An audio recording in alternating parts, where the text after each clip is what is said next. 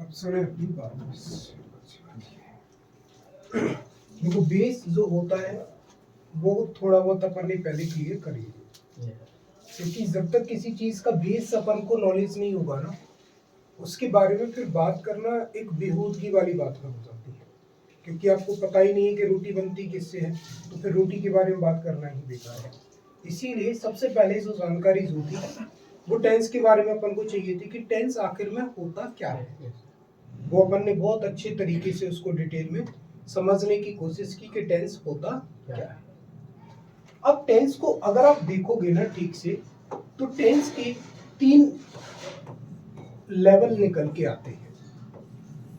Tense के कितने level निकल के आते हैं? 3 लेवल निकल के आते हैं। एक होता है बेसिक लेवल। एक कौन सा लेवल होता है? Basic level. एक होता है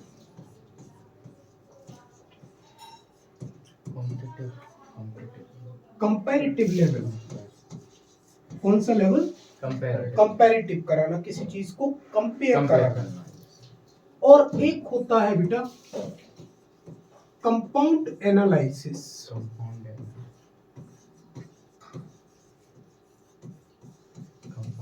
टेंस के 3 लेवल निकल के आए हमारे।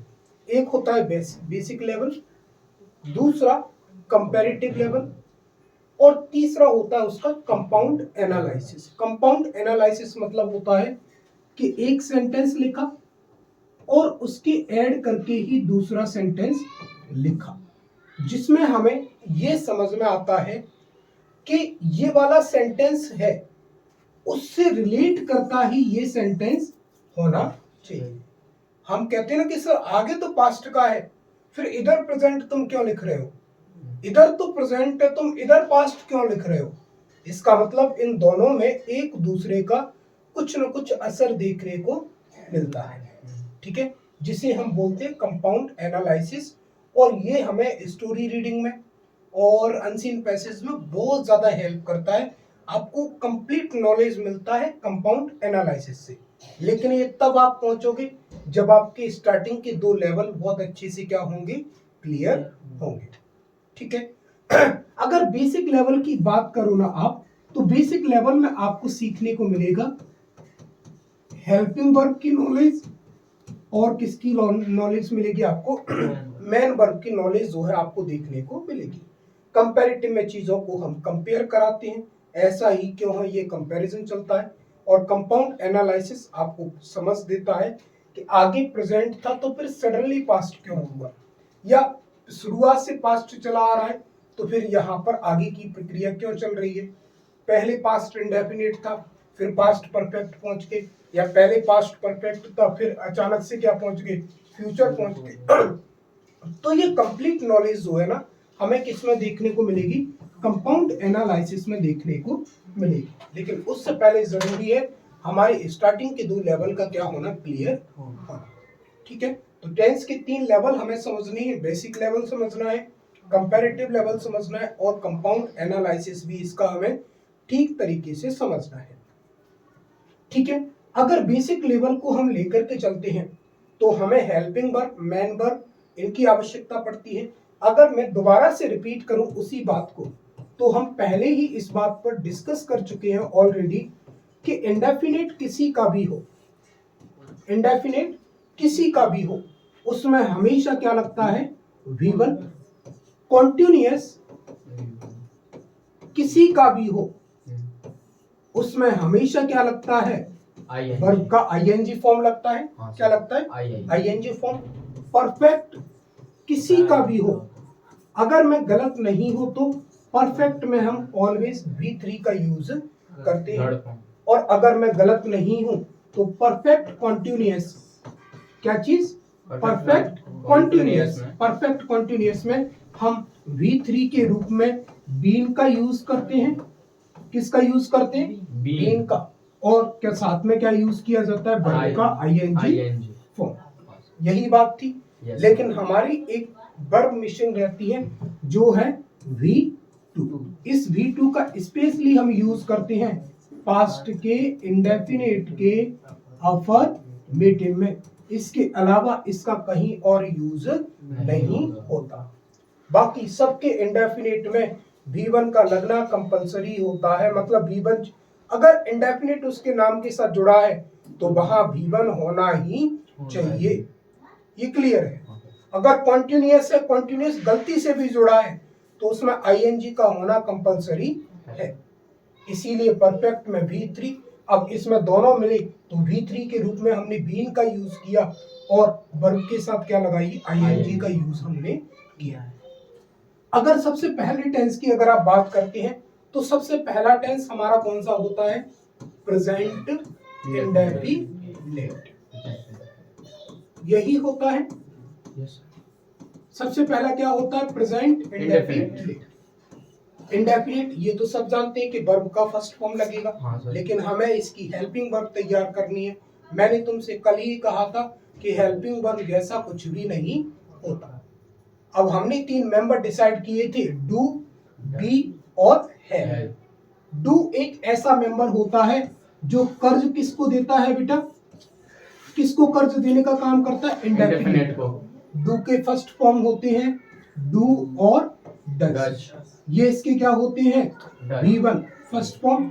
इसका सेकंड फॉर्म होता है डिड, क्या होता है, डिड। और इसका थर्ड फॉर्म होता है बेटा डन। यही बात थी। डन थर्ड फॉर्म लगता है, मेन वर्ब के रूप में काम करता है। डू के 3 फॉर्म, डू डज फर्स्ट में आ गया, डिड सेकंड में आ गया और डन किस में आ गया, थर्ड की कैटेगरी में आ गया। अगर हम लेके चलें तो हमें जितने भी फर्स्ट फॉर्म होंगे वो सब किसको दिए जाते हैं, प्रेजेंट को दिए जाते हैं। डू किसके लिए होता है, इंडेफिनिट के लिए होता है। इसीलिए प्रेजेंट इंडेफिनिट की हेल्पिंग वर्ब क्या बन जाती है, डू या डज। क्या बन जाती है, डू या डज। और इंडेफिनिट होने की वजह से इनके साथ में हमें क्या लगाना पड़ता है, V1 का यूज करना पड़ता है। ठीक है, क्या होता है इसमें, वही बता रहा हूं। लेकिन इसमें हमारे साथ 2 बातें और चलती हैं इसमें स्पेशल। इसके अफर्मेटिव में अगर मैं इसके पॉजिटिव सेंटेंस की बात करता हूं, किसकी बात करता हूं, पॉजिटिव सेंटेंस की बात करता हूं, तो इसके पॉजिटिव सेंटेंस में हम डू डज का यूज नहीं करते। इसके पॉजिटिव सेंटेंस में या तो V1 लगता है या V1 के साथ खाली क्या लगता है, एस या ES लगता है। ये इसका स्पेशल अलग रूल होता है। V1 कहाँ लगता है, जब सब्जेक्ट आपका कैसा होगा, प्लूरल होगा, और जब सब्जेक्ट आपका सिंगुलर होगा तब मेन वर्ब के साथ क्या लगाना है, एस या ES लगाना है। लेकिन जब बात कैसी होगी, नेगेटिव सेंटेंस की होगी या किसकी होगी, इंटरोगेटिव सेंटेंस की होगी, किसकी होगी, नेगेटिव या इंटरोगेटिव सेंटेंस की, तो फिर हम क्या लगाएंगे बेटा, डू या डज लगाएंगे। और साथ में हम क्या लगाते हैं, V1 लगाते हैं। डू का यूज हम प्लूरल वर्ब के लिए करते हैं और डज का यूज हम सिंगुलर वर्ब के लिए करते हैं। यही बातें समझ में आ रही है। डू डज इसकी हेल्पिंग वर्ब होती है, लेकिन इसका एक अलग से रूल निकल करके आता है कि ये डू डज को अपने पॉजिटिव सेंटेंस में एक्सेप्ट नहीं करता। उसको ये पॉजिटिव सेंटेंस में सिर्फ V1 रखता है और V1 के साथ एस या ES लगवाता है, लेकिन नेगेटिव और इंटरोगेटिव सेंटेंस में ये डू डज को एक्सेप्ट कर लेता है। इतनी बात क्लियर। इसके बाद दूसरा टेंस अगर आप देखोगे तो दूसरा टेंस किसका आता है, प्रेजेंट का कंटिन्यूअस। दूसरा टेंस क्या निकल के आया, प्रेजेंट कंटिन्यूअस। हमने तो फिर वही बात कही है आपसे कि हमारे पास हेल्पिंग वर्ब जैसा कुछ होता ही नहीं है। हम बस भिखमंगे हैं और हर जगह क्या मांगते रहते हैं, कर भीख मांगते रहते हैं या कर्ज मांगते रहते हैं। ऐसे ही एक बड़े सेठ निकले जिनका नाम क्या था, बी। लेकिन उनकी एक खासियत थी कि ये सिर्फ कॉन्टिन्यूअस नाम के या कॉन्टिन्यूअस समाज के लोगों को ही कर्ज देते थे। जैसे डू का एक रूल था कि अगर मैं कर्जा दूंगा तो इंडेफिनिट समाज के लोगों को ही दूंगा, उसके अलावा किसी और समाज को कर्जा नहीं दूंगा, चाहे मेरा धंधा फ्लॉप हो जाए।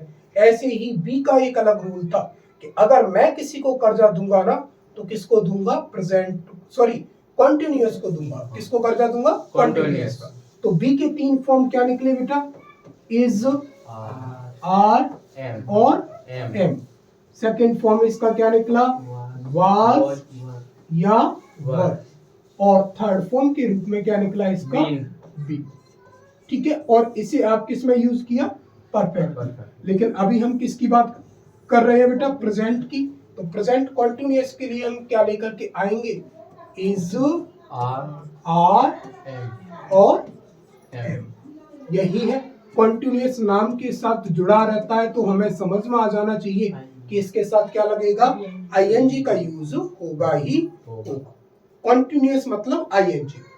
अब इस कहाँ लगाओगे बेटा, सिंगुलर के साथ। कहाँ लगाओगे, सिंगुलर के साथ। आर कहाँ लगाओगे बेटा, प्लूरल के साथ। और एम जो है ना, स्पेशली किसके साथ लगता है, आई के साथ लगता है। इसमें चाहे पॉजिटिव सेंटेंस हो, चाहे नेगेटिव हो, चाहे इंटेरोगेटिव हो, सब में इज़ारएम लगेगा और सबके साथ क्या लगेगा, आईएनजी लगेगा ही लगेगा। मेरी बात बिल्कुल समझ में आई है? कोई दिक्कत यहाँ तक? अगली बात अगर आप समझोगे तो अगली बात बेटा क्या निकल के आएगी, प्रेजेंट का परफेक्ट। अगला क्या निकल के आया, प्रेजेंट का परफेक्ट। अब हमारे पास तो होती नहीं है, हमने तो पहले ही कहा ये बात। तो फिर हम एक और सेट के पास गए जिनका नाम क्या था बेटा, हैव। क्या नाम था जिनका, हैव। इनके 3 फॉर्म अगर आप देखोगे तो पहले फॉर्म में हैज या हैव, दूसरे फॉर्म में आपको मिलेगा हैड, और तीसरे फॉर्म में भी आपको क्या देखने को मिलेगा मेरे भाई, हैड ही देखने को मिलेगा। मैंने आपको बताया कि तीनों के जो फर्स्ट फॉर्म होते हैं वो किसको जाते हैं, प्रेजेंट को जाते हैं। किसको जाते हैं, प्रेजेंट को। इसके फर्स्ट फॉर्म क्या है, हैज और हैव। तो इसके फर्स्ट फॉर्म यहाँ ला करके रख दिए, हैज और भैया क्या, हैव। इतनी सी बात क्लियर, कोई दिक्कत यहाँ तक? अब परफेक्ट नाम के साथ जुड़ा है, परफेक्ट की पहचान ही क्या होती है, वर्ब का थर्ड फॉर्म में होना। यहाँ तक कोई दिक्कत? अब हैज किसके साथ लगता है, सिंगुलर के साथ। किसके साथ लगता है, सिंगुलर के साथ। और हैव किसके साथ लगता है, प्लूरल के साथ। यही बातें हैं। इसके बाद परफेक्ट कॉन्टिन्यूअस हम सबका एक साथ करेंगे क्योंकि उसमें आपको सिंस फोर लगाना पड़ेगा, तो वो समझाना बहुत जरूरी है।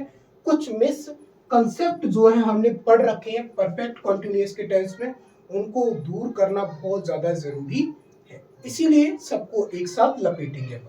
दूसरा अगर देखोगे तो फिर क्या आता है, पास्ट इंडेफिनिट। यही है पास्ट इंडेफिनिट। पास्ट इंडेफिनिट के लिए हेल्पिंग वर्ब क्या होगी, अगर पीछे जाने की कोशिश करोगे तो इंडेफिनिट के लिए हमने कर्जा किससे लिया था भैया, डू से, डू का। अब इन तीनों का जो सेकंड फॉर्म होगा वो किसको जाएगा, पास्ट को जाएगा। किसको जाएगा, पास्ट को। तो डू का सेकंड फॉर्म क्या है भाई, डिड। डिड किस में जाकर के लगेगा, पास्ट के इंडेफिनिट में। लेकिन आप डिड हो गया, लेकिन आपको पता है कि इंडेफिनिट में वर्ब कौन से फॉर्म में आता है, फर्स्ट फॉर्म में आता है। तो इंडेफिनिट होने की वजह से साथ में क्या लगा, V1। क्या लगा, V1। लेकिन इसमें भी दो चक्कर पड़ते हैं, इसमें भी दो बातें आपको ध्यान रखनी पड़ेंगी। इसके पॉजिटिव की अलग कहानी होती है और इसके नेगेटिव की भी अलग कहानी होती है।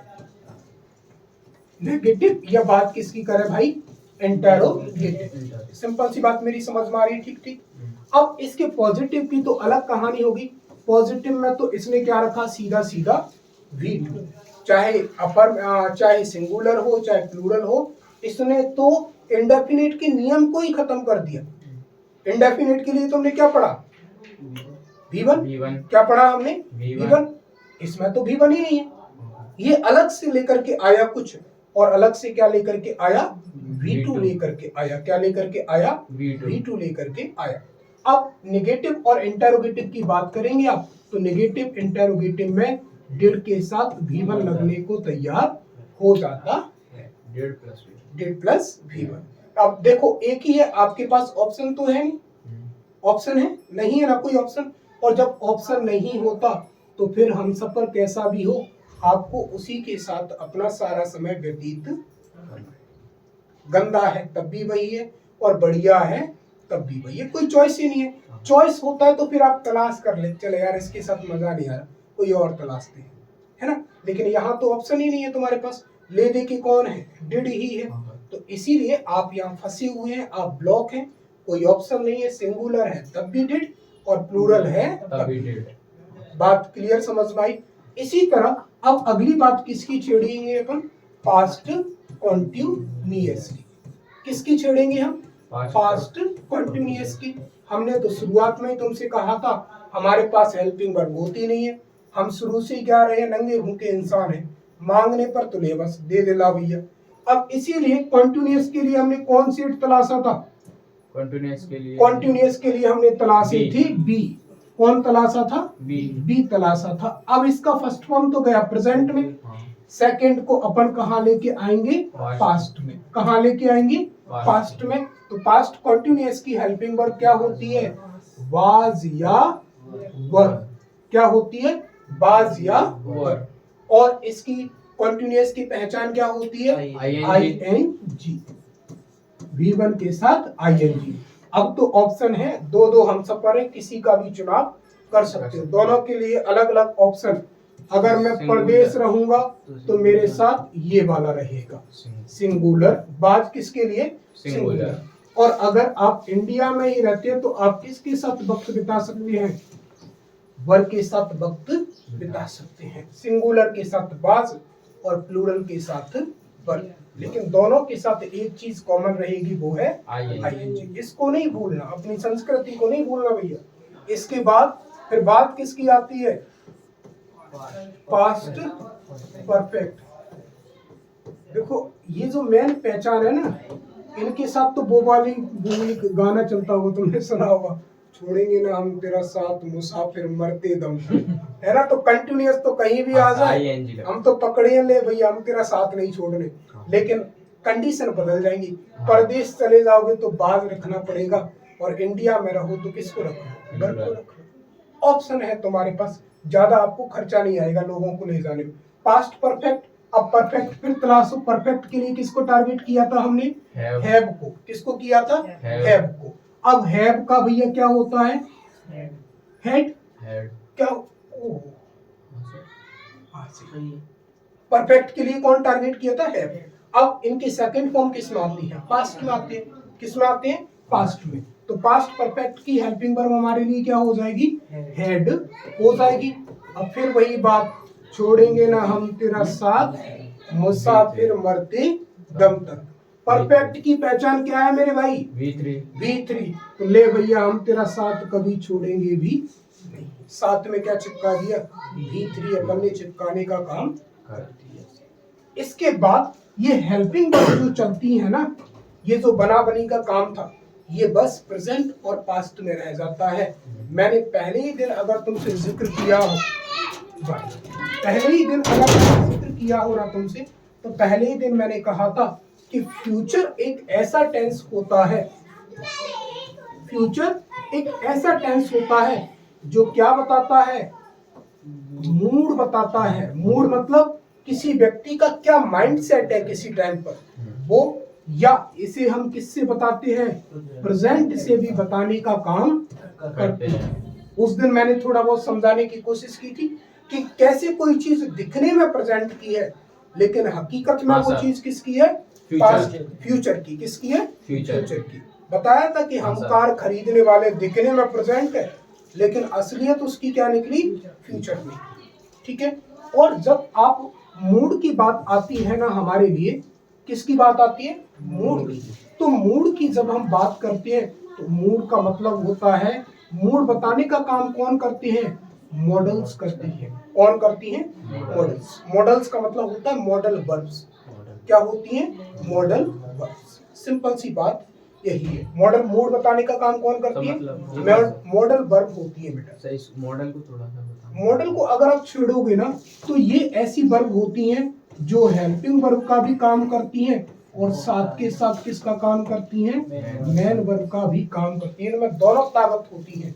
ये मैन वर्ब का भी मैन वर्ब के रूप में भी लिख सकते हो उसी को, और उसी को आप हेल्पिंग वर्ब के रूप में सर भी कोई लिख सकते एग्जांपल है? हो। कोई example, I can do it, I can do it. और मैंने लिखा आई। आई कैन देखो यहाँ कैन हुआ तो क्या लगा, Do। डू, मतलब ये मैन वर्ब है तो फिर ये हेल्पिंग वर्ब है। यहाँ कोई आपको दिख रहा है कोई मैन वर्ब नहीं है, यही हेल्पिंग वर्ब है तुम्हारे लिए। और मैंने ये बात हमेशा कही है कि भ्रम में मत जीना। कल 12th का एग्जाम हुआ है और फंसाया था जानबूझ के, ऐसा कुछ लिखा था आई हैड लंच, और आपसे कहा था इस एग्जाम्पल को कि इसको क्या बनाओ, पास्ट परफेक्ट बनाओ। और एक दिन पहले, कल 12th का पेपर था, परसों मैं इसी बात को बच्चों को समझा रहा था कि अगर तुम्हें सेंटेंस देखने पर ऐसा लगता है कि दिए गए टेंस में हेल्पिंग वर्ब है, मैन वर्ब नहीं है, तो भ्रम में मत जीना। ऐसा टेंस हो सकता है जिसमें हेल्पिंग वर्ब नहीं हो, लेकिन ऐसा टेंस आज तक कोई भी नहीं बना जिसमें मैन वर्ब नहीं हो। तो अगर तुम्हें कुछ ऐसा लगता है कि ये हेल्पिंग वर्ब है, ये मैन वर्ब नहीं है, तो वो हेल्पिंग वर्ब नहीं है, वो क्या है, मैन वर्ब है। और हेड यहाँ पर क्या है, मैन वर्ब है मेरे भाई, V2 के रूप में लिखा है। किसके रूप में लिखा है, हेड किसका फॉर्म होता है, second, has, have, head, head. हाँ सर।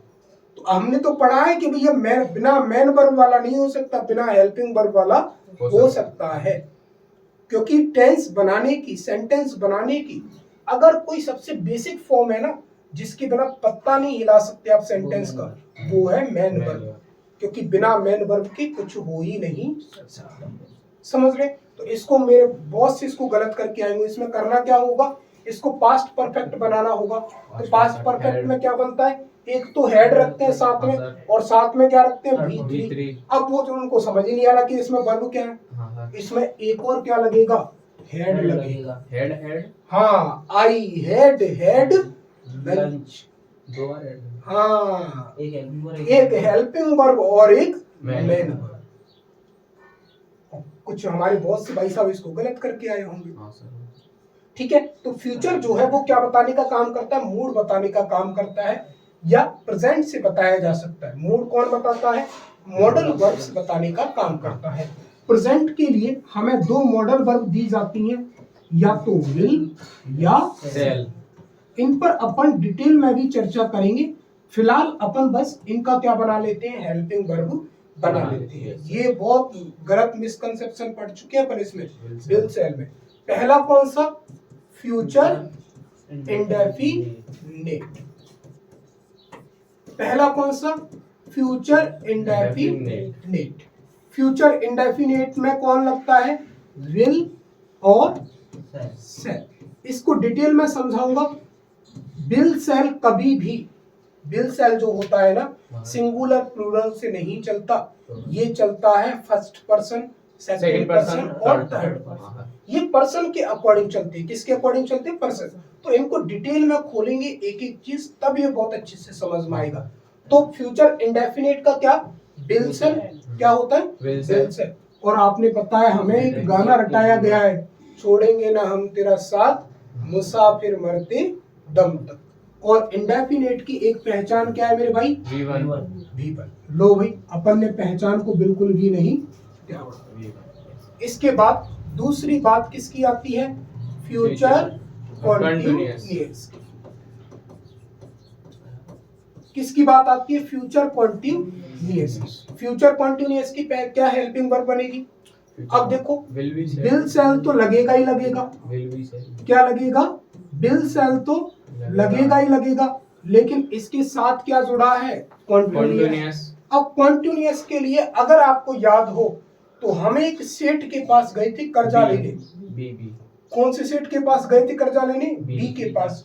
इसीलिए विल सेल के साथ क्या लगता है, बी, ताकि ये क्या बना रहे, कॉन्टिन्यूअस का कॉन्टिन्यूअस बना रहे। और फिर वही बात, छोड़ेंगे ना हम तेरा साथ, मुसाफिर मरते दम तक। लो साथ में क्या चिपका दिया, ING। हम अपनी संस्कृति नहीं भूलते, जिसको साथ रखा है वो हमेशा साथ रहेगा, चाहे हम पर कहीं भी पहुंचे। जाने आने से कोई फर्क नहीं पड़ता। लास्ट है हमारा फ्यूचर परफेक्ट। क्या है? Future perfect. फ्यूचर परफेक्ट की बात क्या होती है? देखो फ्यूचर में एक चीज का तो है, चाहे आप किसी में भी रहो आप विल सेल को नहीं छोड़ सकते। लेकिन अगर आपको याद हो तो परफेक्ट के लिए हम एक बड़े सेठ के पास कर्जा लेने गए थे। कौन था वो सेठ? कौन था? है। तो साथ में क्या लगा दिया? परफेक्ट बनाने के लिए इसको है। लेकिन फिर वही बात कि हम अपनी संस्कृति नहीं भूलते। परफेक्ट में हमेशा क्या लगता है मेरे भाई? V3 का यूज हम करते हैं। किसका यूज करते हैं? V3 का। नियम कहीं भी नहीं टूटा। कोई भी ऐसी बात नहीं कि वैसे बी किसको बताने का काम करता है? कॉन्टिन्यूअस को ही बताने का काम करता है। हैज हैव क्या बतलाते हैं? परफेक्ट बतलाते हैं। इसीलिए क्या लगा है? हैव लगा है। परफेक्ट में V3, कॉन्टिन्यूअस में ING और इंडेफिनिट में क्या? वर्ब का फर्स्ट फॉर्म। ठीक है, ये सारे आप नोट करें। ये मजेदार चीजें हैं जो आपको बड़ी प्रेम से इनको पढ़ाया। ये यहां से आप लोग लिखना शुरू करिए। देखो इसको ढंग से।